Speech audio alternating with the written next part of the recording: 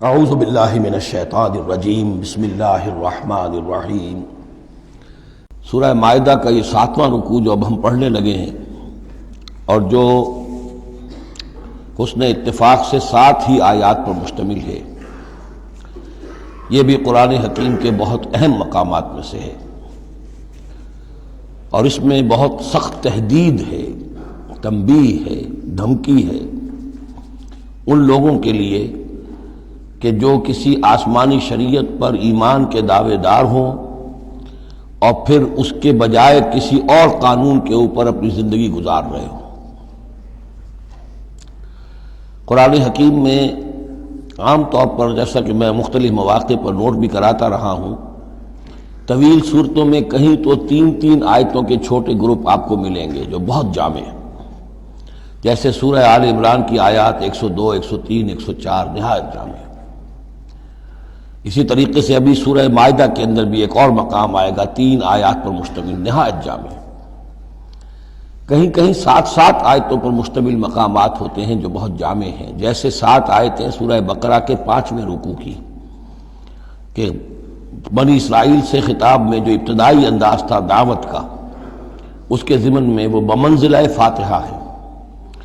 اسی طرح یہ مسلمان امتوں کے ضمن میں قانون شریعت کی تنفیذ اور اس کی جو اہمیت ہے، اور اگر اس پر عمل نہ کیا جائے تو اس کا اللہ تعالیٰ کی نگاہ میں کیا مقام ہے، اس مسئلے پر یہ اہم ترین مقام ہے۔ یہ اس کا یوں سمجھیے کہ ذروۂ سنام ہے۔ انا انزلنا التوراۃ، ہم نے ہی نازل فرمائی تھی تورات، فیہا ھدی و نور، اس میں ہدایت بھی تھی، نور بھی تھا۔ یحکم بہا النبیون، اس کی بدولت یا اس کے ذریعے سے فیصلہ کرتے تھے انبیاء کرام، الذین اسلموا، ظاہر بات ہے وہ تمام جو انبیاء کرام تھے وہ خود بھی اللہ کے فرما بردار تھے۔ للذین ہادوا، ان لوگوں کے درمیان کہ جو یہودی ہوئے، یعنی یہودیوں کے لیے یہ شریعت تھی تورات، اور انبیاء کرام، جیسا کہ میں نے حدیث آپ کو سنائی ہے، کانت بنی اسرائیل تسوسہم الانبیاء، کہ بنی اسرائیل کی سیاست اور حکومت کا معاملہ جو ہے، انتظام و انصرام انبیاء کے ہاتھ میں ہوتا تھا، تو ظاہر بات ہے وہی فیصلے کرتے تھے۔ یحکم بہا النبیون الذین اسلموا، فیصلے کرتے تھے ان کے ذریعے سے وہ انبیاء کے جو خود اللہ کے فرما بردار تھے یہودیوں کے معاملات میں، اور فیصلے کرتے تھے والربانیون، اور جو ان میں درویش ہوتے تھے، اللہ والے ہوتے تھے، علماء ہوتے تھے، علماء حق، والاحبار، اور علماء، ربانیون کہنا چاہیے زیادہ، اللہ والے، یعنی جو صوفیہ ہمارے ہاں مثلا اولیاء اللہ، اور احبار علماء کے لیے ہے۔ بمستحفظوا من کتاب اللہ، بسبب اس کے کہ ان کو نگران بنایا گیا تھا، ان سے حفاظت طلب کی گئی تھی اللہ کی کتاب کی، یعنی اللہ کی کتاب کی حفاظت کا ذمہ دار بنایا گیا تھا علماء کو کہ تمہیں اس کی حفاظت کرنی ہے۔ وَكَانُوا عَلَيْهِ شُهَدَاءَ، اور وہ اس پر گواہ تھے۔ فَلَا تَخْشَوُا النَّاسَ وَاخْشَوْنِی، تو ان سے کہہ دیا گیا تھا کہ تم اللہ سے مت ڈرو، مجھ سے ڈرو، تم لوگوں سے مت ڈرو، مجھ سے ڈرو۔ وَلَا تَشْتَرُوا بِآیَاتِی ثَمَنًا قَلِیلًا، اور میری آیات کو حقیر سی قیمتوں پر فروخت نہ کرو، یعنی تورات ہے، اس کا قانون ہے، اس کے مطابق فیصلے کرو، لوگوں کو پسند ہو یا ناپسند ہو، اس سے بالکل تمہارا کوئی سروکار نہیں ہونا چاہیے، تمہیں تو دیکھنا چاہیے کہ حق کیا ہے۔ اب آ رہی ہے وہ کانٹے والی بات، وَمَن لَّمْ يَحْكُم بِمَا أَنزَلَ اللَّهُ فَأُولَٰئِكَ هُمُ الْكَافِرُونَ، اور جو اللہ کی اتاری ہوئی شریعت اور قواعد و ضوابط کے مطابق فیصلے نہیں کرتے وہی تو کافر ہیں۔